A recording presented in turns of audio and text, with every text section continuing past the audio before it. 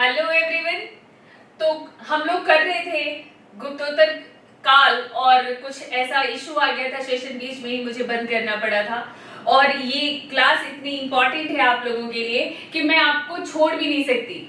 मतलब इस सेशन को मैं छोड़ूंगी, अगर मैं इसको कंप्लीट अगर नहीं करूंगी तो मुझे खुद को ही लगेगा कि मैंने आप लोगों के साथ कुछ गलत कर दिया, मैंने न्याय नहीं किया उन लोगों के साथ जो लोग मेरे से अपने हिस्ट्री प्रिपरेशन के लिए जुड़े हुए हैं कि रिंकू मैम के साथ अपना हिस्ट्री तैयार कर लो। क्योंकि इस सेक्शन से, जैसा कि मैंने आप लोगों को पिछले क्लास में दिखाया, कि इस सेक्शन से बार बार क्वेश्चन पूछे जा रहे हैं और आगे के प्रीलिम्स में भी आप लोगों से क्वेश्चन पूछे ही जाएंगे। तो मेरे साथ जितने भी जुड़े हुए इस मामले में मैं बहुत अपने को भाग्यशाली समझती हूँ कि भीड़ भले ही ना हो मेरे पीछे, लेकिन गंभीर बच्चे अपने तैयारी को लेकर जो सीरियस हैं, जो गंभीर हैं, वो जो छात्र छात्राएं हैं वो मेरे साथ जुड़े हुए हैं और वो ईमानदारी से मेहनत कर रहे हैं, ये उनके लिए है। ठीक। और मैं चाहती हूँ कि जो अभी तक थोड़ा ऐसे ही सुपरफिशियली तैयारी कर रहे थे, जो सतही तैयारी कर रहे थे, वो भी गंभीर हो जाएं और ईमानदारी से मेहनत करें।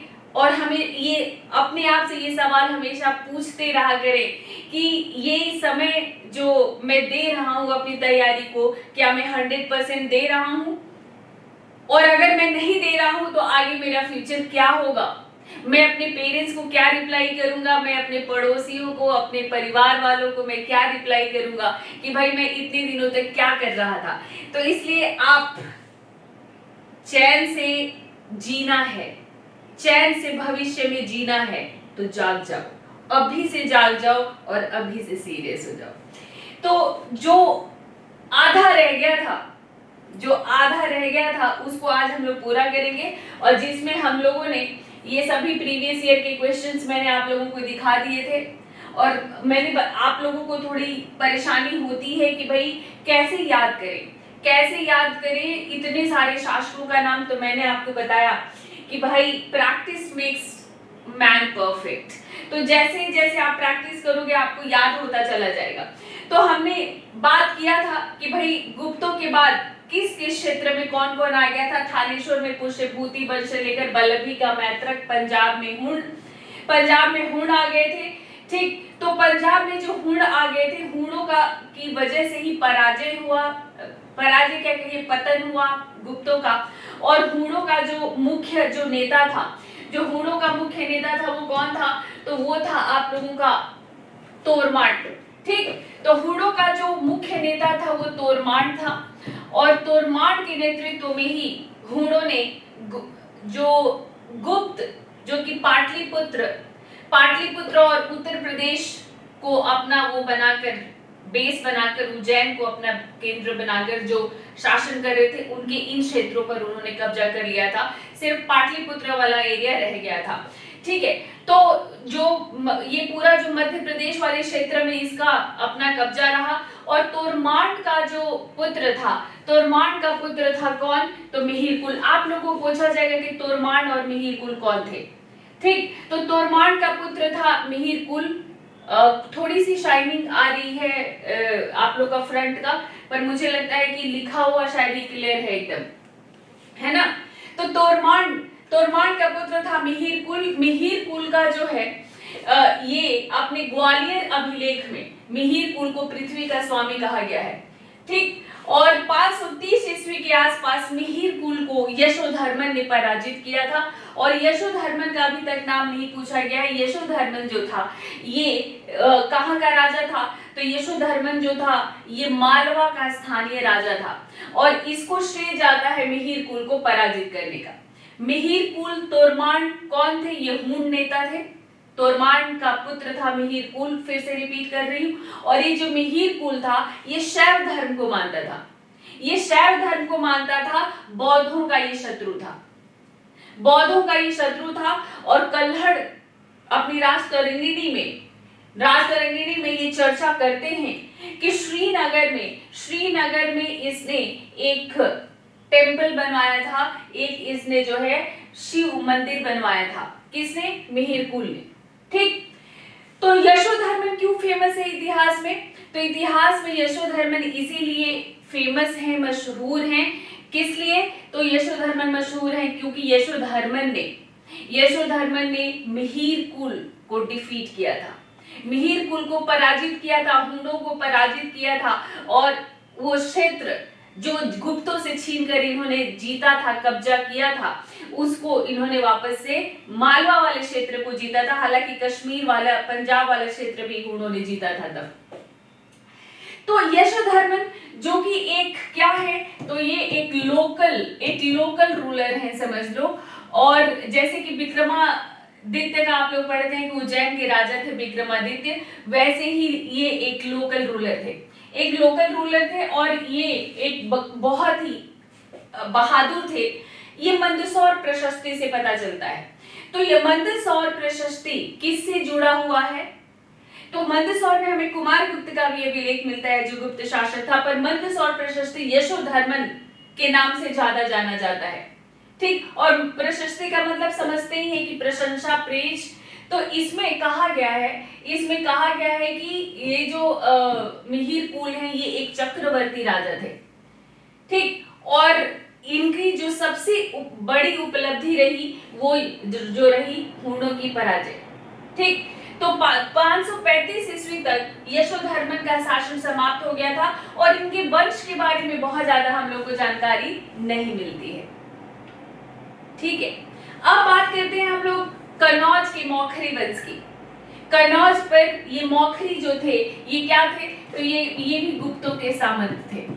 ठीक, ये भी सामंत मतलब कि गुप्तों के अधीन, ये कन्नौज वाले क्षेत्र पर गुप्तों के अधीन ये शासन करते थे। अब उम्मीद है कि आप लोगों को क्लियर दिख रहा होगा, थोड़ी सी शाइनिंग है। ठीक, जो हमारा सिस्टम है वो दिख रहा है इसमें, लेकिन लिखा हुआ दिख रहा होगा, मैं भी स्क्रीन पर देख पा रही हूँ। तो सामंत थे ये, यानी गुप्तों के अधीन कन्नौज पर शासन कर रहे थे। गुप्तों को कमजोर होता हुआ देखकर इन्होंने भी अपने को इंडिपेंडेंट यानी स्वतंत्र शासक इन्होंने भी अपने को घोषित कर दिया था। ठीक, इन्होंने भी। तो इनमें जो है मौखरियों में जो इनका प्रारंभिक शासक था वो हरिवर्मा था। ठीक, हरिवर्मा, सर्ववर्मा, ईश्वर वर्मा, मतलब ये सब कुछ फेमस नेम है। तो हरिवर्मा, ईश्वर वर्मा जो है ये इन लोगों के हम लोगों को अभिलेख भी मिलते हैं। तो ईश्वर वर्मा का हम लोगों को कैसे पता चलता है? तो जौनपुर जो उत्तर प्रदेश में जौनपुर है, जौनपुर अभिलेख से हमें पता चलता है कि ये राजाओं में सिंह के समान था। like a lion among kings, ये कहा जाता था। कौन? तो ईश्वर वर्मा। तो मौखरी वंश के शासकों में आप याद रखिएगा कि हरिवर्मा और ईश्वर वर्मा। ठीक, आप लोगों से पूछा जाएगा और ये मौखरी कहाँ पर है? तो देखिए ये जो आप लोग देख रहे हैं, ये जो पार्ट है पिंक कलर से ये जो देख रहे हैं, यही मौखरी है, यही मौखरी है। और यहीं पर प्रभावती गुप्त की शादी हुई थी। तो अभी मैं आप लोगों को स्टोरी बता रही हूँ कि प्रभावती गुप्त कौन थी, क्या थी। देखो ये जो आप मैप देख पा रहे हैं, ये पिंक कलर से आप लोगों को मैप दिख रहा है। थोड़ी सी रोशनी मैं काफी सेट करती हूँ लेकिन रह जाता है। तो ये जो है आपको पिंक नहीं दिख रहा होगा, व्हाइट दिख रहा होगा। ये जो आप देख रहे हो, ये जो मैप देख रहे हो, ये पूरा जो है, ये पूरा जो मैं अब ये बना रही हूँ यहाँ से, तो आप लोगों को दिख रहा होगा। ठीक, ये दिख गया आप लोगों को। तो ये जो है ये पूरा का पूरा हर्षवर्धन का साम्राज्य है। आप देख पा रहे हैं कि राजस्थान और गुजरात का पार्ट छोड़कर ये लगभग ये पूरा का पूरा ये पार्ट इसने जीत लिया था।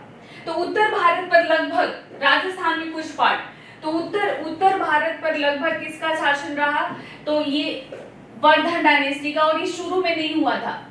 ठीक है, ये शुरू में नहीं हुआ था। ये कब हुआ? तो इसको किया था किसने? तो इसको किया था हर्षवर्धन ने। हर्षवर्धन जिसका पीरियड रहा 606 to 648। तो 640 तक उसने इस पूरे क्षेत्र को ये जीत लिया था, जिसमें आप देख पा रहे हैं कि राजस्थान का कुछ भाग, मध्य प्रदेश, पूरा उत्तर प्रदेश, बिहार, बंगाल, उड़ीसा और नॉर्थ ईस्ट में भी असम जो है ये सब जो है इसके पास है, असम के से सटे हुए प्राग ज्योतिषपुर में नॉर्थ ईस्ट के बाकी सारे भी प्रदेश आते थे। तो ये पूरा इसने जीत लिया था। तो ये जो हर्षवर्धन की अगर हम लोग बात करें तो हर्षवर्धन का देखो ये जो है इस वंश के जो संस्थापक थे वो पुष्यभूति कहे जाते हैं। कौन कहे जाते हैं? पुष्यभूति।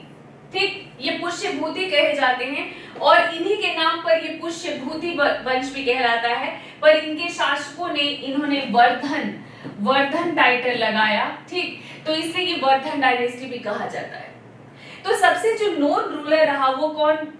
तो हम लोगों को जो सबसे नोन रूलर जिनका नाम पता चलता है वो है प्रभाकर वर्धन। ठीक, प्रभाकर वर्धन। और ये जो प्रभाकर वर्धन है इनके ही पुत्र, इनके ही बेटे थे। कौन? तो इनके ही बेटे थे आपके जो राज्यवर्धन। ठीक, राज्यवर्धन, हर्षवर्धन जिनका नाम अभी मैंने आपको बताया, और हर्षवर्धन के बाद आपका राज्यश्री। ठीक, राज्यश्री। तो राज्यश्री की शादी कन्नौज में हुई थी, अभी जो आप लोगों ने पढ़ा। राज्यश्री की शादी संभवतः मौखरियों में कन्नौज में शादी हुई थी। प्रामाणिक रूप से ये मिलता है कन्नौज में शादी हुई थी। और ये जो राज्यश्री जब कन्नौज में इसकी शादी हुई थी तो राज्यश्री के राज्य पर बंगाल का शासक था शशांक। इस समय जो बंगाल में रूल कर रहा था वो बंगाल में रूल कर रहा था शशांक।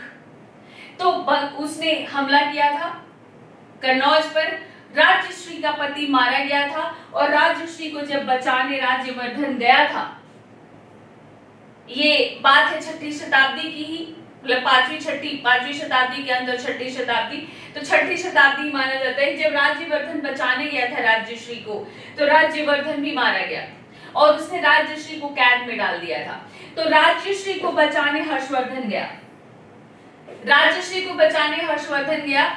ये 6ठी शताब्दी ही एकदम 606 में राज्यवर्धन ही ज्येष्ठ पुत्र था। राज्यवर्धन ही प्रभाकर वर्धन के बाद राजा था, लेकिन राज्यवर्धन क्योंकि मारा गया तो हर्षवर्धन को गद्दी मिली थी। ठीक, तो राज्यश्री को बचाने जाता है हर्षवर्धन, कैद से निकालता है, गौड़ के शासक को डिफीट करता है और इस तरह से हर्षवर्धन उत्तराधिकारी बनता है पुष्यभूति वंश का।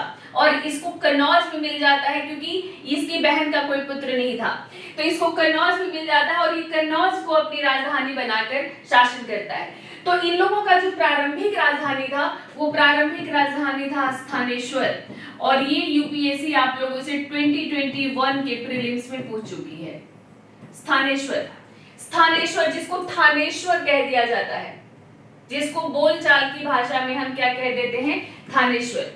ठीक, तो हर्षवर्धन जो कि 606 में राजा बनता है अपने वर्धन वंश में, ये धीरे धीरे इसने पूरे उत्तर भारत को इंटीग्रेट कर दिया, पूरे उत्तर भारत को हर्षवर्धन ने एकीकृत कर दिया। तो जाहिर है कि ये महान योद्धा था, ये एक ग्रेट वॉरियर था। ठीक है, तो इसके टाइम पर हर्षवर्धन के समय पर ह्वेनसांग आया था।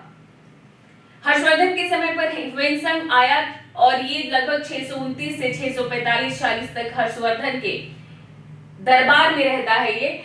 और यहाँ पर जो है वो हर्षवर्धन के समय सामाजिक स्थिति कैसी थी, राजनीतिक स्थिति कैसी थी, ये अपने जो है ट्रैवल डायरी में लिखता है ह्वेनसांग। और ह्वेनसांग कहता है कि हर्षवर्धन बौद्ध था और मतलब कैसा, तो एकदम कट्टर स्टॉन्च बौद्ध था ये। तो ये पहले पता चलता है कि जो वर्धन डायनेस्टी के जो बाकी रूलर्स थे, वो बाकी रूलर्स जो थे वो शैव धर्म को मानते थे, यानी पुष्यभूति वंश के जो शासक थे वो शैव धर्म को मानते थे। ये ह्वेनसांग के इन्फ्लुएंस में आकर माना जाता है कि हर्षवर्धन ने बौद्ध धर्म अपना लिया था। तो एक ग्रेट वॉरियर के साथ वो धर्म और संस्कृति का भी अच्छा पेट्रॉन था। वो उसने बौद्ध धर्म अपना लिया था, लेकिन सभी धर्मों के विकास में उसने योगदान दिया। एक तरह से सभी धर्म फलते फूलते रहे उसके समय में। तो शैव धर्म से ये बौद्ध बन गया था।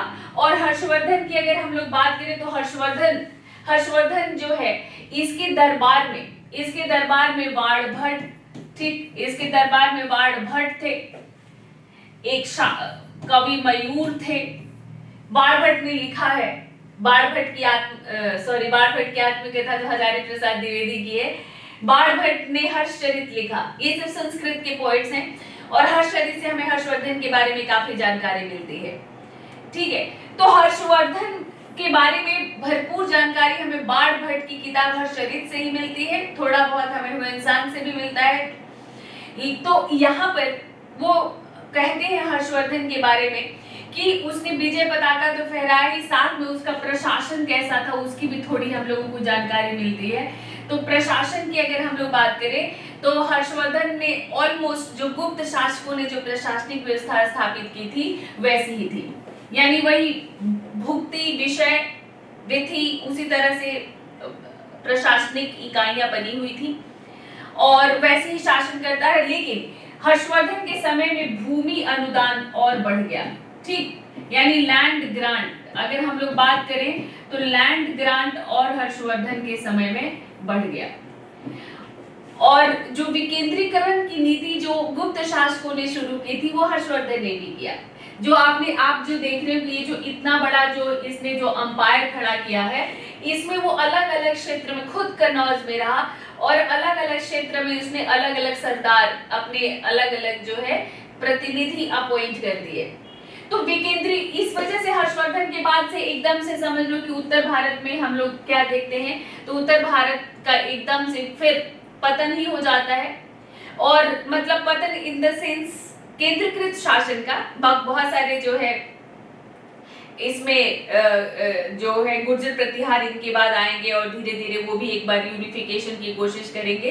कुछ समय तक गुर्जर प्रतिहारों ने किया और बंगाल वाले पार्ट पर पाल आ जाएंगे, बंगाल और बिहार वाले पार्ट जो भी हर्षवर्धन के पास है पाल आ जाएंगे। पर वो क्योंकि वो विखंडन की प्रवृत्ति ही थी इस शासन प्रणाली में, जो अलग अलग प्रांतों का अलग प्रांतपति बना दिया जाता था पूरे अधिकार देकर, इसमें एक विखंडन की प्रवृत्ति देखी जाती थी क्योंकि ये लोग केंद्रीय शासक को कमजोर होते ही अपने को स्वतंत्र घोषित कर देते थे। तो इसने जो है इसको और बढ़ाया, भूमि अनुदान को, यानी पूरा का पूरा क्षेत्र दे देना शासन करने के लिए और वेतन के रूप में वहीं से अपना खर्च निकालना, बदले में सेना रखना, समय समय पर राजा को मदद करना। इसी से सामंतवाद निकला, मतलब इसी को सामंतवादी प्रणाली कहा गया, ठीक। तो प्रशासन इसका लगभग वैसे ही था। और अगर हम लोग बात करें कि ये बौद्ध धर्म अपना लिया था इसने, तो बौद्ध धर्म अपनाने के बाद जो हर्षवर्धन ने किया वो हम लोग कहते हैं कि बौद्ध धर्म अपनाने के बाद हर्षवर्धन ने कन्नौज में और प्रयागराज में इसने जो है बौद्ध धर्म के बड़े बड़े क्या बुलाए, तो बड़े बड़े कॉन्फ्रेंसेज, बड़े बड़े इसने सम्मेलन बुलाए बड़े बड़े। और यहाँ पर उसने जो है ये जो सम्मेलन बुलाया उसको महामोक्ष परिषद कहा जाता है। कहते हैं कि कुंभ मेले की शायद शुरुआत ऐसी हुई क्योंकि उस समय मतलब इतने सारे अलग अलग क्षेत्र से, पड़ोसी देशों से, भारत के अलग अलग क्षेत्र से इतने सारे विद्वान आए, उनके रहने के लिए वेदसांग कहता है कि 1 लाख जो है टेम्पररी हाउसेज, झोपड़ियां बनी थी। तो इसको क्या, इस सम्मेलन को क्या कहा जाता है? इस सम्मेलन को कहा जाता है महामोक्ष परिषद, ये कहा जाता है। तो बौद्ध धर्म का काफी इसने प्रचार प्रसार किया और इसने जो है सभी धर्मों को समान रूप से लेकिन देखा, ये ध्यान रखिएगा। तो हर्षवर्धन के बारे में आप लोगों को इतना ही क्वेश्चन आएगा। अगर हम लोग बात करें साम्राज्य विस्तार की, तो साम्राज्य विस्तार में इसने जो है पूरा नॉर्थ, तो आपने देखा एक्सपेंशन, इंग्लिश में इसको कहते हैं एक्सपेंशन। तो आपने देखा कि पूरा नॉर्थ इसने कवर कर लिया है। इसने दक्कन भी जाने की कोशिश की। तो इस समय दक्कन में चालुक्य थे, चालुक्य। और ये जैसे ही गुजरात की तरफ मालवा से आगे बढ़ता है, कह लो, जैसे ही ये मालवा के पास आता है, ये इसका सामना होता है चालुक्य शासक पुलकेशिन सेकंड से। तो आज मैं आप लोगों को पुलकेशिन सेकंड भी बताऊंगी। तो पुलकेशिन सेकंड से इसका सामना होता है, पुलकेशिन सेकंड इसको डिफीट कर देता है। हालांकि बाणभट्ट कहता है कि नहीं, हर्ष ने पुलकेशिन को डिफीट किया, लेकिन पुलकेशिन सेकंड का जो पोएट है, दरबारी पोएट जो है कवि रवि कीर्ति, वो कहता है कि पुलकेशिन ने हर्ष को पराजित किया। पर हर्ष ने आगे कैंपेन नहीं किया, आगे राज्य विस्तार का प्रयास नहीं किया। ये अपने आप में ही बताता है कि हर्ष पराजित हुआ होगा, तभी इसने दक्कन की तरफ अपने प्रसार को रोक दिया। ठीक है, तो साम्राज्य विस्तार दक्कन में नहीं कर पाया था, इसको पुलकेशिन सेकंड ने रोका। ठीक है, हर्ष ने कुछ टाइटल्स लिए थे अपने लिए, याद रखिएगा, शीलादित्य आई एम सॉरी तो शीलादित्य और प्रतापशील। ठीक, प्रतापशील इसने दो टाइटल लिए थे, शीलादित्य, और आप याद रखिएगा कि कौन सा नॉर्थ का वो राजा था जो कि जिसने ये टाइटल लिया, तो आप कहेंगे इसको अंतिम महान हिंदू राजा की भी संज्ञा दी जाती है, क्योंकि इसके बाद फिर कोई इस तरह का शासक नहीं हुआ। गुर्जर प्रतिहारों ने इसकी जगह ली थी। गुर्जर प्रतिहारों में मिहिर भोज हुए, जो इसके जस्ट बाद हम लोग पढ़ेंगे। लेकिन जैसे इस तरह हर्षवर्धन की तरह उसमें एक भी शासक नहीं हुआ, कुछ हद तक मिहिर भोज को कह सकते हैं। जैसा कि मैंने बताया कि बाणभट्ट और मयूर इसके दरबारी कवि थे, और हर्षवर्धन खुद भी राइटर था। तो इसने 3 नाटक लिखे थे। मैंने एक दिन संस्कृत साहित्य का विकास आप लोगों को पढ़ाया है, और उसमें मैंने बताया है कि हर्षवर्धन खुद भी राइटर था, और इसने नागानंद जो कि एक बौद्ध भिक्षु पर है, नागानंद, रत्नावली और प्रियदर्शिका, ये 3 नाटक हैं जो कि ये बुद्ध के चचेरे या सौतेले भाई कहे जाते हैं, कैसे बौद्ध धर्म दीक्षित नागानंद पर है। और रत्नावली श्रीलंका के राजकुमारी की प्रेम कहानी है, और प्रियदर्शिका, ये 3 जो है नाटक के 3 प्ले है जो कि किसने लिखा, हर्षवर्धन ने। कुछ लोग कहते हैं कि बाणभट्ट ने लिखा होगा और हर्षवर्धन ने क्रेडिट ले लिया होगा, कुछ लोग ऐसा कहते हैं। अब बात हम लोग करते हैं दक्कन और दक्षिण भारत के राज्यों की गुप्तोत्तर काल में। यानी जब गुप्तों का पतन हुआ तो उस समय दक्कन या दक्षिण में क्या चल रहा था। और यहां से भी आपको मैंने दिखाया कि जो क्वेश्चन पूछा जा रहा है आपको, उसमें नॉर्थ और दक्कन और साउथ के भी राजाओं का मिक्स कर दिया जा रहा है, और क्रोनोलॉजी बताना है आपको कि पहले से बाद में कौन। जैसे 2020 वाला क्वेश्चन आपने देखा, तो पहले से बाद में कौन, ऐसे भी पूछा जा रहा है।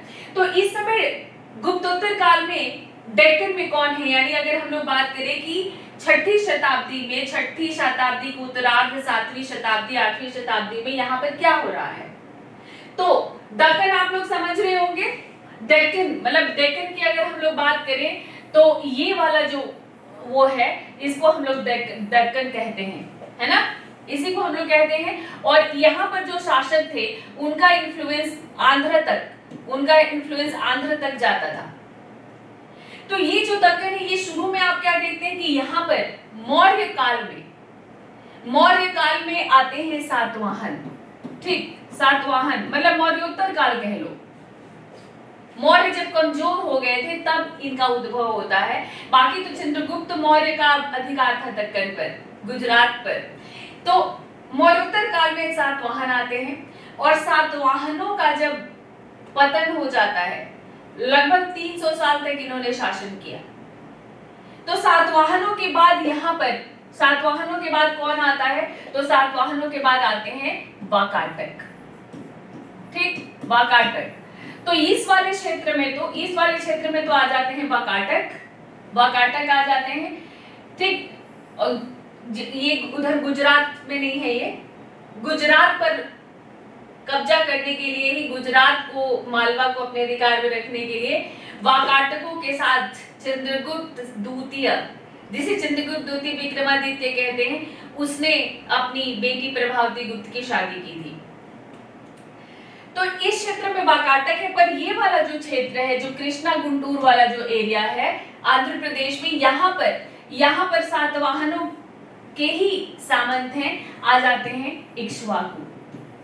यानी सातवाहनों के पतन के बाद उनके क्षेत्र पर दो शासक आते हैं। दक्कन महाराष्ट्र वाले एरिया में वाकाटक और कृष्णा गुंटूर वाले क्षेत्र में इक्ष्वाकु। तो यहां से आप लोगों में का 2019 में क्वेश्चन पूछ लिया गया है। इक्ष्वाकु मैं अभी मैप दिखाऊंगी आप लोगों को इक्ष्वाकुओं का, कहां पर एग्जैक्टली उनका जो है पोजीशन है। तो यहाँ इक्ष्वाकु जो है बौद्ध धर्म को मानने वाले थे। किस धर्म को मानने वाले थे? बौद्ध धर्म को मानने वाले थे। 2019 के क्वेश्चन में ये था कि ये लोग बौद्ध धर्म के विरोधी थे और इक्ष्वाकुओं ने अपना जो ओरिजिन राम के वंश से जोड़ा। ये अपने को रघुवंशी कहते थे। जो राम इक्ष्वाकु वंश की आता है ना, कि वो इक्ष्वाकु, उनमें रघु बहुत फेमस हुए तो रघुवंश में वो कहलाता है, वैसे इक्ष्वाकु। तो ऐसे उन्होंने राम से अपने को जोड़ा था, बौद्ध धर्म को मानते थे। और नागार्जुन कोंड, जो नागार्जुन कोंड का आप लोग वो सुना होगा आप लोगों ने, जो स्तूप है वो किसने बनाया? तो वो इन लोगों ने, इक्ष्वाकुओं ने ही बनवाया। नागार्जुन के, बौद्ध आचार्य नागार्जुन के नाम पर इन्होंने नागार्जुन कोंड स्तूप बनवाया था। जो वाकाटक है, ये वाकाटक यहाँ पर जो है ये विंध्यसेन नाम के एक व्यक्ति ने इस वंश की स्थापना की थी। और ये जो है बाद में, मतलब प्रभावती गुप्त तक आते आते, प्रभावती गुप्त हमेशा अपने पिता के इन्फ्लुएंस में, यानी चंद्रगुप्त द्वितीय, जिनका आपका पीरियड है 380 से 412, चंद्रगुप्त द्वितीय के इन्फ्लुएंस में ही प्रभावती गुप्त यहाँ पर शासन करती रही। और गुप्तों के पतन के बाद वाकाटकों को ही भी, वाकाटकों में भी देखा गया पतन, और वाकाटकों को रिप्लेस कर दिया था किसने? तो चालुक्यों ने। चालुक्य, ठीक, चालुक्यों ने वाकाटकों, मतलब ये ऐसा ही होता था कि जो इनके अपने ही सरदार अब जो है राजा को कमजोर पाकर अपने को राजा घोषित कर देते थे और उनको ही रिप्लेस कर देते थे। जैसे चालुक्यों को कौन हटा देगा? राष्ट्रकूट, और राष्ट्रकूट चालुक्यों के सामंत। तो इस तरह से यही, इसी को कहते हैं मध्यकाल का एक मुख्य वो है सामंतवादी व्यवस्था। सामंतवादी व्यवस्था में समझ लो कि यही होता था। तो ये जो है दक्कन में कहानी, तो हम लोग पढ़ेंगे जो है चालुक्यों के बारे में, चालुक्यों के बारे में डिटेल से पढ़ेंगे हम लोग, ठीक है। और यहाँ ये जो क्षेत्र आप देख रहे हो, ये वाला, यहाँ पर थे पल्लव। यहाँ पर कौन थे? यहाँ पर पल्लव थे। पल्लव का मतलब हमारे आम्र पल्लव सुना होगा आप लोगों ने, सत्यनारायण भगवान की कथा में मतलब इस्तेमाल किया जाता है। पल्लव का मतलब पत्ता होता है ना। आर्य शर्मा कहते हैं कि तमिल में पल्लव का मतलब होता है डाकू। तो ये जो पल्लव है, ये पल्लव, अब डाकू का इसका मीनिंग था या पत्ता, ये तो ये चर्चा ही नहीं करते अपने अभिलेखों में, ये चर्चा ही नहीं करते हैं। मतलब ये माना जाता है, वैसे आर्य शर्मा कहते हैं कि ये लोग स्थानीय इसी तरह के कबीलाई लोग होंगे जो शुरू में थोड़ा इसी तरह लूट मार करते होंगे और धीरे धीरे इन्होंने अपने को अपना विकास किया होगा और अपने को राजा घोषित कर लिया होगा, ठीक है। तो इनके बारे में भी हम लोग थोड़ा सा डिटेल में पढ़ेंगे, क्योंकि पल्लव और चालुक्य ये दोनों, ये बहुत ही, दोनों में बहुत खूंखार लड़ाइयां भी हुई, दोनों में बहुत खूंखार लड़ाइयां हुई। जैसे पल्लव जब एक्सपेंशन करने की कोशिश करते थे तो इनका साम्राज्य इनसे टकराता था, धीरे धीरे इन्होंने भी अपने को बढ़ा लिया था। और जब ये करते थे तो इनका सामना बॉर्डर पल्लव से टकराता था। पल्लव जब जीतते थे तो इनकी राजधानी बादामी वातापी थी, वातापी कोंड की उपाधि लेते थे। और जब चालुक्य जीतते थे तो ये कांची कोंड की उपाधि लेते थे। तो ये दोनों भी थोड़ा सा इंपॉर्टेंट है आप लोगों के लिए। तो एक एक करके देखते हैं हम लोग, ठीक। डेक्कन प्लेट्यू, अगर जैसे कहीं से भी अगर आप लोगों को थोड़ा भी कंफ्यूजन हो तो इसी को हम लोग जो है ये जो हरा वाला पार्ट देख रहे हो, इसको दक्कन प्लेट्यू कहते हैं। दक्कन प्लेट्यू का ही पश्चिमी घाट पार्ट है, जिसको हम लोग वेस्टर्न घाट कहते हैं, ये डेक्कन प्लेट्यू का ही विस्तार है। ठीक है, और यहाँ पर जैसे इधर ये इसको हम लोग जो है ईस्टर्न प्लेट्यू कह देते हैं, और इधर वाला जो है ये डेक्कन प्लेट्यू का विस्तार है, जिसको हम लोग ईस्टर्न घाट कह देते हैं। ठीक, तो ये दक्कन प्लेट्यू है, और हम लोग इसी की बात कर रहे थे कि इस क्षेत्र में जो भी यहाँ पर रूल करता था, उसका समझ लो कि महाराष्ट्र से लेकर कर्नाटक तक उसका अधिकार होता था। ठीक है, तो इक्ष्वाकु और वाकाटको के बारे में मैंने आपको बता दिया, अभी उसी पे मैप के साथ ही मैंने आप लोगों को बता दिया। अब यहाँ से तो आप लोगों को कोई कंफ्यूजन नहीं होगा। ठीक, वाकाटको क्या मैंने बताया कि ये ब्राह्मण थे। ठीक, याद रखिएगा ये कौन थे, तो ये ब्राह्मण थे, और ये जो है 255 ईस्वी के लगभग विंध्य शक्ति ने इसकी स्थापना की थी, ये भी मैंने आपको बता दिया। ठीक है, तो ये वाला जो क्षेत्र ये देख रहे हैं आप, ये वाला जो क्षेत्र ये वाकाटको का है, ये वाकाटको का। ठीक, और इक्ष्वाकु ये है, यहाँ पर थे, ये कृष्णा गुंडूर वाला जो क्षेत्र है, यहाँ पर इक्ष्वाकु, ये जो पर्पल कलर से आप देख रहे हो, ये इक्ष्वाकुओं का है। ठीक, अब बात करते हैं हम लोग चालुक्यों की।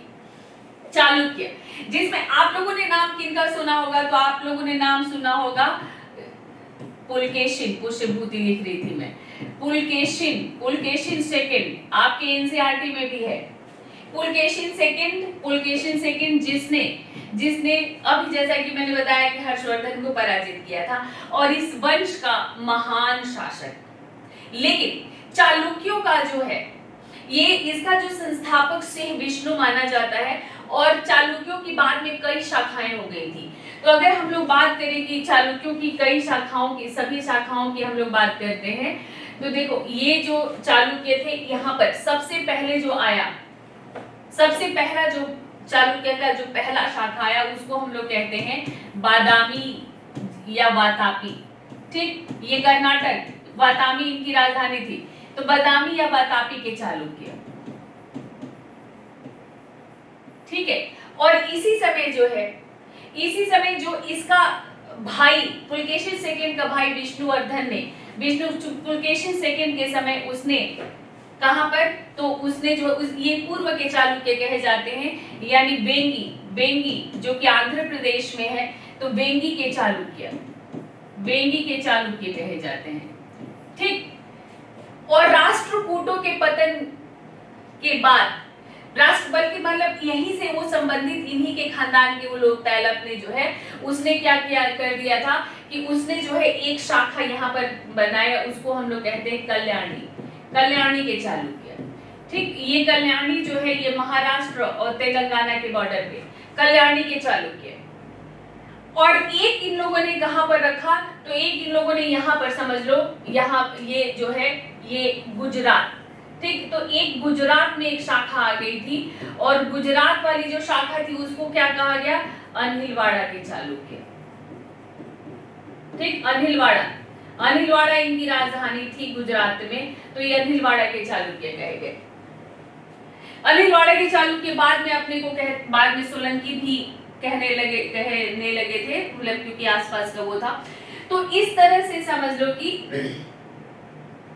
इस तरह से जो चालुक्य डायनेस्टी में हमने देखा कि कई शाखाएं, कई ब्रांचेस इनकी हो गई थी, लगभग मुख्य रूप से 4 ब्रांचेस। तो इसमें सबसे ज्यादा जो क्वेश्चन रहता है आप लोग का बादामी के चालुक्य पे रहता है, पर तैलप कल्याणी के चालुक्यों में तैलप बहुत फेमस है, और जो बेंगी के चालुक्यों में जो है सोमेश्वर वगैरह थोड़े से फेमस हैं, यहाँ से प्रश्न पूछ लिया जाता है। तो थोड़ा मैं बहुत ही प्रिसाइज, जहां से फेमस रूलर्स को पिक किया जा सकता है, जहां से क्वेश्चन उठाया जा सकता है, वही मैं आप लोगों को बताऊंगी। ठीक, बस उतना ही बताऊंगी आप लोगों को। तो यहाँ पर सबसे पहले हम लोग जो बात करते हैं वातापी के चालुक्यों की, तो वातापी के चालुक्यों में जो है ऐसा है कि मतलब इस वंश का संस्थापक जो था जय सिंह, लेकिन इसमें जो है पुलकेशिन प्रथम इस वंश का वास्तविक संस्थापक माना जाता है। यानी बादामी के आसपास, कर्नाटक में बादामी के आसपास के क्षेत्र को इंटीग्रेट करके, कंसोलिडेट करके जो एक बड़े राज्य की स्थापना का जो श्रेय जाता है वो जाता है पुलकेशिन फर्स्ट को, ठीक, पुलकेशिन प्रथम को जाता है, वास्तविक संस्थापक ये माना जाता है, ठीक। इसने अश्वमेध यज्ञ भी किया, इसने अश्वमेध यज्ञ भी किया और इसी ने अपनी राजधानी बादामी को बनाई थी। और इसके बाद आता है पुलकेशिन सेकंड जो फेमस है। तो 609 से 642 हर्षवर्धन का समकालीन। और जो भी आप लोगों की तरह तो नहीं, आप तो आईएएस के एस्पिरेंट हो और आपको बहुत ज्यादा डिटेल में पढ़ना है, पर जो भी थोड़ा बहुत हिस्ट्री पढ़ते हैं, मतलब वनडे एग्जाम के लिए, या मतलब जिनको पहली बार जानकारी होती है चालुक्य डायनेस्टी के बारे में, वो इन्हीं को जानते हैं। आपकी एनसीईआरटी भी इन्हीं की बात करती है ना, पुलकेशिन सेकंड की। तो एक महान शासक, ठीक, ग्रेट वॉरियर, और इसके साथ एक ग्रेट बिल्डर भी। ऐहोल में कैलाश टेम्पल भी इन्होंने ही बनाया था। और वाताप, इन्होंने कांची कुंड की उपाधि ली थी, यानी कांची पर, पल्लवों की राजधानी कांची पर हमला किया था, कांची को जीता था और कांची कुंड की उपाधि भी ली थी। और बाद में इसी तरह के युद्ध में, पल्लव के साथ युद्ध में ही ये मारे भी गए थे। कौन? तो पुलकेशिन सेकंड, ठीक।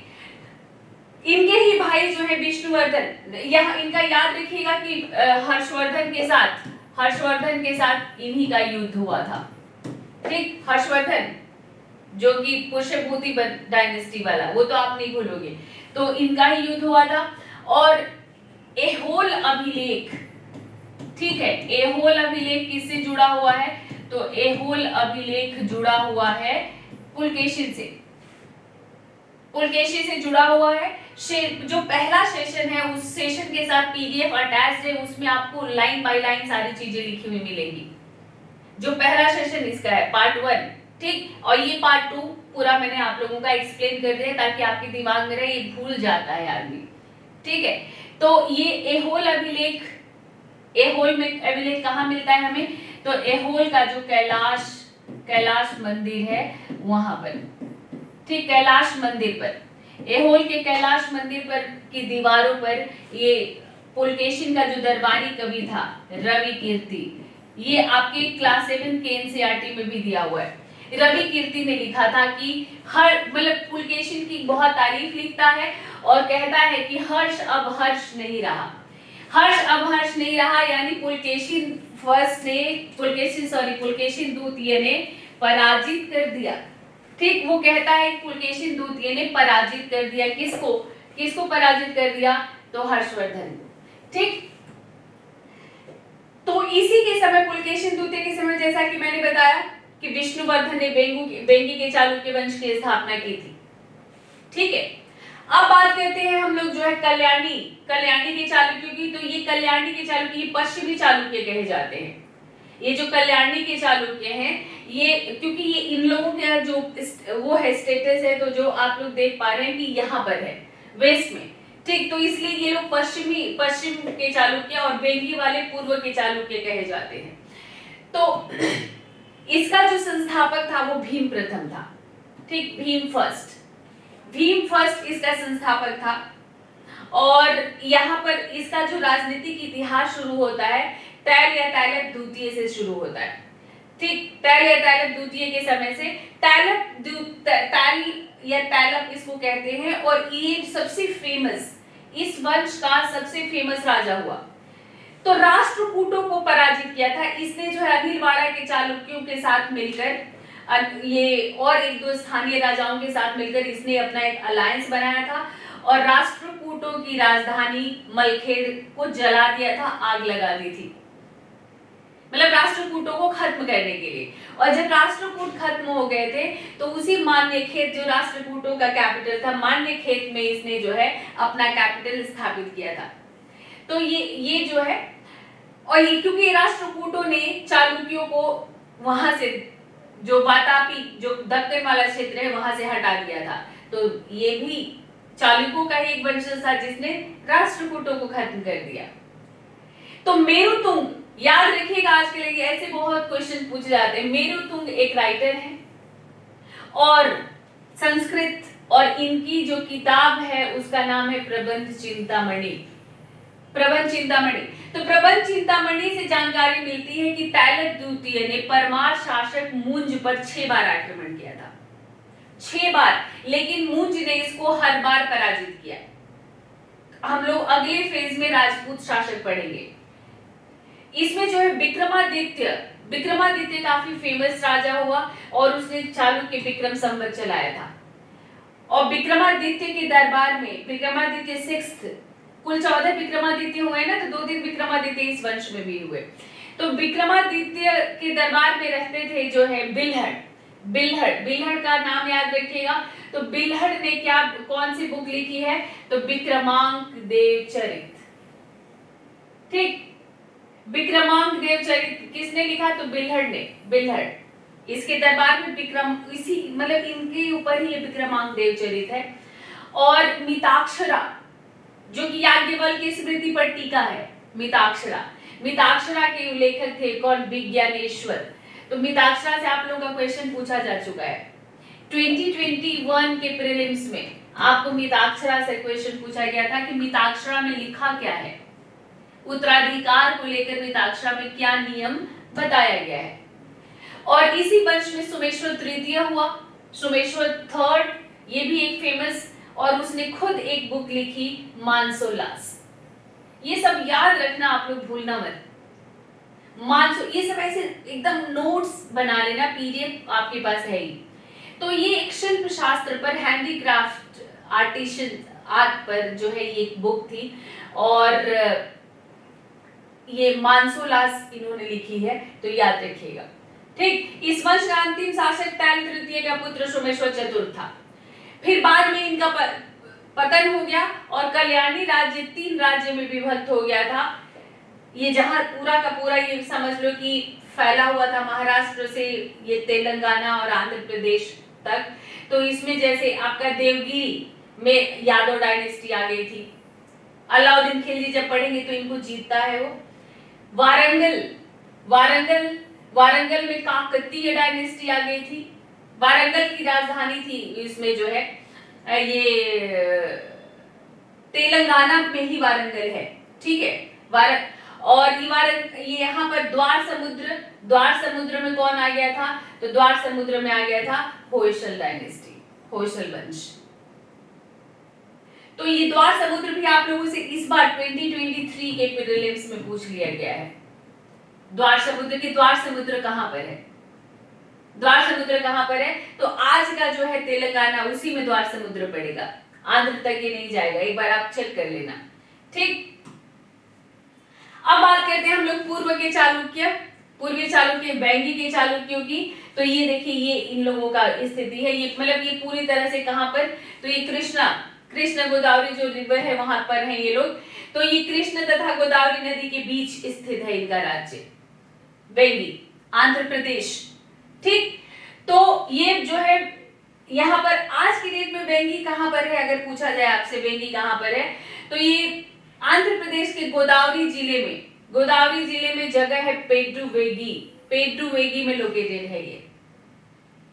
अगर आपसे यूपीएससी आजकल स्थान बहुत पूछती है, जैसे आप लोगों से द्वार समुद्र पूछा गया कि द्वार समुद्र कहां पर है, तो उसी तरह से आप लोगों को पूछा जा सकता है बैंगी कहां पर है? तो गोदावरी जिले के पेड्रुवेगी में। तो इसको जीता किसने था? पुलकेशिन सेकंड ने, और जीतकर अपने भाई विष्णुवर्धन को यहाँ का गवर्नर बनाया था, और विष्णुवर्धन ने ही एक स्वतंत्र राज्य की स्थापना की थी। ठीक है, तो किराता अर्जुनियम, किरात एक यक्ष और अर्जुन, उनके सवाल जवाब पर एक किताब है, संस्कृत लिटरेचर में मैं पढ़ा चुकी हूँ। तो ये भारवी, इसके लेखक जो है वो भारवी हैं। वो भारवी जो है कुछ दिन तक किसके दरबार में रहे? तो कुछ दिन तक दरबार में रहे विष्णुवर्धन के, और वो विष्णुवर्धन के बारे में लिखते हैं, समझ लो।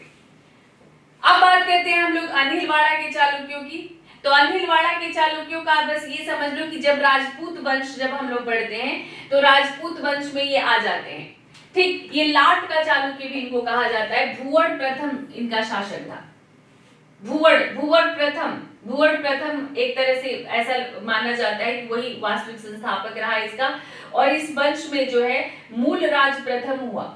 मूलराज प्रथम जिसने इस वंश को प्रतिष्ठा दिलाई थी। तो नाम याद रखिएगा, नाम याद रखना, नाम मत भूलना आप लोग, यहीं से क्वेश्चन आएगा। तो मूलराज प्रथम, मूलराज द्वितीय, भीम प्रथम, भीम द्वितीय इस वंश में मुख्य शासक हुए। तो मूलराज ने ही अनिलवाड़ा को अपनी राजधानी बनाई थी। और फिर आया था भीम प्रथम।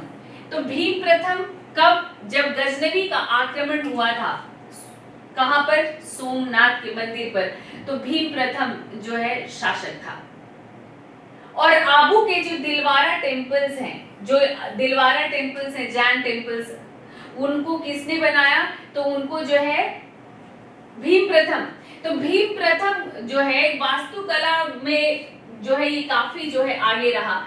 और भीम इसमें एक तेजपाल भी हुआ था, उसने भी किया, उसका भी योगदान रहा। ठीक, तो सोमनाथ मंदिर पर आक्रमण किया था। इसी वंश में हुआ जय सिंह सिद्धराज। माना जाता है कि जो सोमनाथ का टेम्पल है दोबारा से बिल्ड करवाया था इन्होंने। किसने? जय सिंह सिद्धराज। तो इनके दरबार में रहते थे हेमचंद्र, जिनकी किताब का नाम है प्रबंध चिंतामणि, हेमचंद्र की बुक। ठीक, तो वो पूछ लिया गया है आप लोगों से। हेमचंद्र अभी 2023 में ही आई थिंक आप लोगों से पूछा गया है। ठीक है, तो हेमचंद्र इनके दरबार में रहते थे। और इसमें जो है फिर इस वंश में एक कुमारपाल भी हुआ। तो याद रखिएगा, मूलराज भीम प्रथम, मूलराज प्रथम, मूलराज द्वितीय दो हुए हैं। भीम प्रथम के समय में गजनवी का सोमनाथ टेम्पल पर आक्रमण, जय सिंह सिद्धराज जिसके दरबार में हेमचंद्र रहते थे। और हेमचंद्र की किताब तो खैर पूछ लिया गया है। और इसको माना जाता है कि सोमनाथ टेम्पल भी इसने बनाया था दोबारा से। और कुमारपाल के बाद फिर आप याद रखेंगे किनको? तो फिर याद रखिएगा आप लोग जो है मूलराज द्वितीय को। कुमारपाल विधवाओं की संपत्ति जब्त कर ली जाती थी। नारद स्मृति में कहा गया था कि विधवाओं को संपत्ति देने की जरूरत नहीं है, उसकी संपत्ति को राज्य को जब्त कर लेना चाहिए और विधवा के भरण पोषण का खर्च राज्य को देना चाहिए। तो इस नियम के तहत कुछ राज्यों ने शुरू कर दिया था, विधवाओं की प्रॉपर्टी जो है वो क्या करते थे? जब्त कर लेते थे। उसने इस नियम को खत्म कर दिया कुमारपाल ने। तो इसलिए जो है आप लोग कुमारपाल का नाम याद रखिएगा, क्योंकि इसने एक बड़ा काम किया है ना। एक तरह से कह सकते हैं आपके एक सिंपैथेटिक था। तो कुमारपाल जो है इसने जैन धर्म को अपना लिया था और विधवाओं की संपत्ति जब्त होने के कानून को खत्म कर दिया था। जीव हिंसा या जो जानवरों को मारा जाता था, और शराब मद्य बिक्री पर, ठीक, अल्कोहल को इसने बैन कर दिया था। किसने? कुमारपाल ने। और मूलराज द्वितीय का नाम क्यों आप याद रखेंगे? क्योंकि मूलराज द्वितीय के समय ही महमूद गजनवी है, मोहम्मद गौरी ने आक्रमण किया था 1178 में। मोहम्मद गौरी ने पहला आक्रमण भारत पर गुजरात की तरफ से किया था। उसने सोचा था कि गुजरात की तरफ से भारत में घुस जाएगा, तो ये इसको जो है डिफीट किया था। किसने? मूलराज द्वितीय ने। ठीक है, अब बात करते हैं पल्लव राजवंश की। और हम बहुत ही वहीं तक जा रहे हैं जहां जो गुप्तोत्तर काल वाला जो एरिया है। ठीक है, तो पल्लव वंश किस लिए जाने जाते हैं? तो ये सप्त पैगोडा, 7 रथ मंदिरों के लिए ये पल्लव वंश जाना जाता है ना। तो पल्लव मैंने आपको बताया शुरू में ही कि पल्लव का मतलब एक होता है पत्ता, लीफ, है ना, और एक मतलब होता है तमिल में इसका मतलब होता है डाकू। पर इन्होंने भी अपने को चंद्रवंशी कहा। भाई जो भी राजा बनता था वो अपने को किसी न किसी पुराने जो पौराणिक राजवंश होते थे उससे अपने को ये जोड़ लेते थे। संस्थापक जैसा कि मैंने आपको पल्लव को बताया सिंह विष्णु, ठीक। सिंह विष्णु ने 565 से 600 ईस्वी के आसपास इस वंश की स्थापना की थी। थोड़ी सी स्पीड में तेज करूंगी, लेकिन जहां जरूरी होगा वहां पर हम लोग जो है मैं जरूर रुकूंगी, क्योंकि इस क्लास का जो ध्येय है, ठीक, इस क्लास का जो ध्येय है, इस क्लास का जो लक्ष्य है, तो वो तो लक्ष्य तो यही है ना, इस क्लास का लक्ष्य यही है कि आपको याद हो जाए चीजें, ठीक। तो सिंह विष्णु इस वंश का संस्थापक शैव धर्म को मानता था। मामल्लपुरम में, जिसको हम महाबलीपुरम भी कहते हैं, वराह मंदिर जो है वो इसने ही बनवाया था। ये मामल्लपुरम का ये जो वराह टेम्पल है, देख रहे हो आप, वराह मंदिर, वो अंदर जो है वराह, विष्णु के वराह अवतार की मूर्ति है। देखिए रॉक कट है, देख पा रहे हैं आप, देख पा रहे पहाड़ी को काट काट कर, ठीक है, पहाड़ी को काट काट कर इन्होंने बनाया, ठीक। सिंह विष्णु के दरबार में भी बाहर भी गए थे। ऐसा है कि ये तो कवि लोग थे ना, तो कभी चालुक्य शासक यहाँ और कभी पल्लव शासक यहाँ, ये घूमते रहते थे। तो जो है कहते हैं कि मतलब किराता अर्जुनियम जो बुक है वो इन्होंने इन्हीं के दरबार में लिखा। फिर इस वंश का एक शासक हुआ महेंद्र वर्मन, सिंह विष्णु के पुत्र, उत्तराधिकारी, पल्लव वंश के महानतम शासकों में से एक। इनका पीरियड पल्लव आर्ट आप लोगों से पूछा जाता है, पल्लव कला, तो पल्लव कला जब पूछा जाएगा तो आप शुरू कर दीजिएगा सिंह विष्णु से। वराह अवतार में, वराह मंदिर मैंने आप लोगों को बताया, वराह टेम्पल मामल्लपुरम का इन्होंने बनाया, और महेंद्र वर्मन ने छोटे छोटे मंदिर बनाए, ठीक, छोटे छोटे टेम्पल्स बनाए, जिसको मंडप कहा जाता है, मंदिर को ही मंडप कहा जाता है, छोटे छोटे टेम्पल बनाए। और ये खुद संगीतज्ञ भी थे, कवि भी थे, संगीतज्ञ भी थे, तो और इन्होंने जो है और राइटर भी थे। तो मत विलास प्रहसन, ठीक, जो मत विलास प्रहसन नाम का जो ग्रंथ है, ये एक हास्य, प्रहसन का मतलब हास्य होता है, कॉमेडी, प्रहसन जो होता है इसका मीनिंग होता है कॉमेडी। तो ये जो है इन्होंने जो है लिखा, इसमें कापालिकों और भिक्षुओं पर इन्होंने व्यंग्य कैसा था, क्योंकि ये लोग शैव धर्म को मानते थे ना, तो जो कापालिक मतलब ऐसा था कि शैव धर्म को भी मानते थे, वैष्णव धर्म को भी मानते थे। अलवार नेनार दोनों संतों को समान रूप से इन्होंने संरक्षण दिया, लेकिन इसमें जो शैव धर्म से ही कपालिक निकले थे, पर कपालिक थोड़े एक्सट्रीम हो गए थे। कपाल यानी स्कल, तो कपाल में भोजन करते थे, कपाल में ही ये भिक्षा वगैरह ग्रहण करते थे। तो इन्होंने जो है इसमें जो है कपालिकों पर और बौद्ध भिक्षुओं पर इन्होंने व्यंग्य कसा था, ठीक। रुद्राचार्य से इन्होंने संगीत की शिक्षा ली थी, और इन्हीं के समय पे पल्लव चालुक्य संघर्ष शुरू होता है।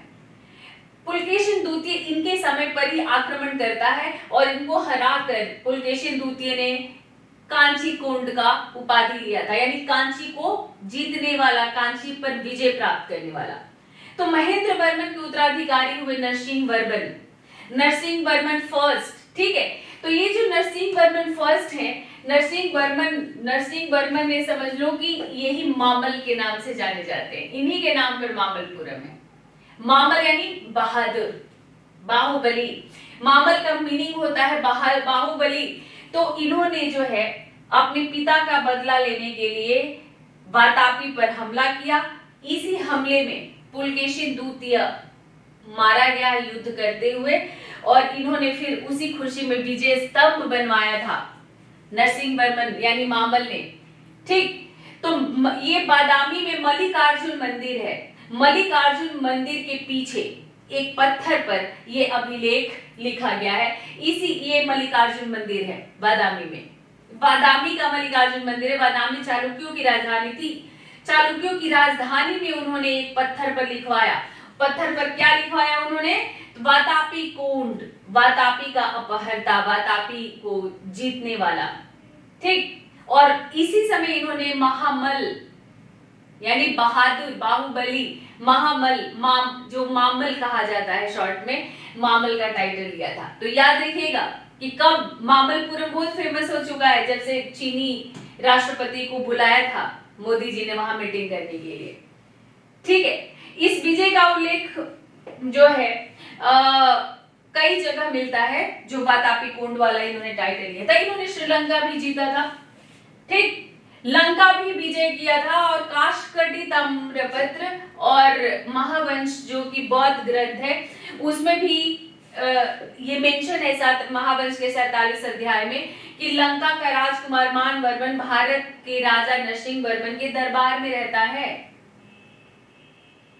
उनके दरबार में रहता है, ठीक है। नरसिंह वर्मन एक महान निर्माता, तो 7 रथ मंदिर, ठीक है, 7 रथ मंदिर जो है वो इन्होंने ही बनाए थे, जो सप्त पैगोडा है, 5 पांडव, द्रौपदी और कुंती के नाम पर, एकात्मक यानी मोनोलिथिक है ये, ठीक। ह्वेनसांग कांची आए थे इन्हीं के समय, याद रखिएगा, ह्वेनसांग कांची भी गया था जो हर्षवर्धन के दरबार में था, वो कांची भी गया था। और 641 ईस्वी में आपको पूछा जाएगा कि ह्वेनसांग कांची निम्नलिखित में से किस पल्लव शासक या निम्नलिखित में से किस दक्षिण भारतीय राजा के दरबार में गया, तो आप कहेंगे नरसिंह वर्मन मामल, ठीक। तो ये कांची, वो कहता है कि कांची के लोग बहुत ही उत्साही हैं और विद्या प्रेमी भी हैं। और फिर नरसिंह वर्मन के बाद उनका सक्सेसर आता है राज सिंह, जो नरसिंह वर्मन द्वितीय के नाम से गद्दी पर बैठता है, पर पॉपुलरली ही नोन एज राज सिंह, ठीक। तो ये ऐसा है कि नरसिंह वर्मन का एक पुत्र नहीं था, नरसिंह वर्मन के बाद परमेश्वर वर्मन आए थे, परमेश्वर वर्मन के बाद राज सिंह, लेकिन ऐसी क्रोनोलॉजी में जनरली नरसिंह वर्मन के बाद राज सिंह को दिखाया जाता है क्योंकि वही एक ज्यादा फेमस था, ठीक। तो कला और साहित्य का बहुत विकास हुआ। तो ये देखिए, ये कांची का कैलाशनाथ टेम्पल है, ये कांची का कैलाशनाथ टेम्पल और महाबलीपुरम का शोर मंदिर किसने बनाया, आपसे पूछा जाएगा। तो राज सिंह, इसको राज सिंह स्टाइल कहा गया, राज सिंह शैली, क्योंकि इसने एकाश्मक नहीं बनाए, इसने पत्थरों को काट काट कर और एक दूसरे पर जमा जमा कर बड़े बड़े स्ट्रक्चर बनाए, किसने, राज सिंह ने, ठीक। तो याद रखिएगा, कब किससे प्रश्न आ जाए हम कुछ नहीं कह सकते। तो शैव धर्म को मानने वाला था, बहुत सारे टाइटल्स वगैरह भी इसने लिए, सर्वप्रिय उपाधियां इसने ली थी, ठीक है। एक दूत मंडल इसने चीन भी भेजा था, श्रीलंका के राजा ने नागपट्टनम में, ठीक, अपना एक दूत मंडल चीन भेजा था, बौद्ध यात्रियों के लिए नागपट्टनम में विहार भी बनवाया था, और श्रीलंका के राजा ने भी अपना एक परमिशन मांगा था इनके समय में, ठीक। फिर नंदी वर्मन आता है, नंदी वर्मन, उसके बाद नेक्स्ट जो फेमस रूलर है वो नंदी वर्मन है, जो कि वैष्णव धर्म को मानता था। तो इसने जो है कांची में मुक्तेश्वर मंदिर बनाया, इसको नंदी वर्मन शैली कहते हैं। और वैष्णव संत जो अलवार संत तिरुमंगई थे, ठीक, तो जो तिरुमंगई थे वो इसके ही कोर्ट में थे, मतलब समकालीन थे। और फिर नंदी वर्मन तृतीय आता है, वो उसने शैव धर्म को वो किया था। तो तमिल भाषा के प्रसिद्ध कवि पेरुंदेवनार किसके दरबार में थे, तो नंदी वर्मन तृतीय के। तो याद रखिएगा, Mahendra Varman, Narasimha Varman, Raj Singh, Nandi Varman first, Nandi Varman second, Nandi Varman third, Parameshwar Varman भी एक बीच में हुए थे। तो मतलब ये सारे राजाओं का अगर पूछा जाएगा क्रोनोलॉजी, तो क्रोनोलॉजी याद रखिएगा कहां पर, पल्लव वंश पे। और पल्लव के ही छोटे से पार्ट पर ये आए थे, कदम डायनेस्टी आया था, मयूर शर्मन, ये देखिए ये मयूर शर्मन के सिक्के हैं, इस समय ये लोग खूब गोल्ड कॉइन इशू करते थे खूब। तो कदम डायनेस्टी बनवासी को ये अपना कैपिटल बनाता है। इसका जो संस्थापक कौन रहा, तो संस्थापक रहा मयूर शर्मन, ठीक। मयूर शर्मन कहते हैं कि ये कांची में पढ़ाई करने आया था और पल्लव शासक से जब मिलने गया तो इसको अपमानित किया गया। ये कौन था, तो ये एक ब्राह्मण था।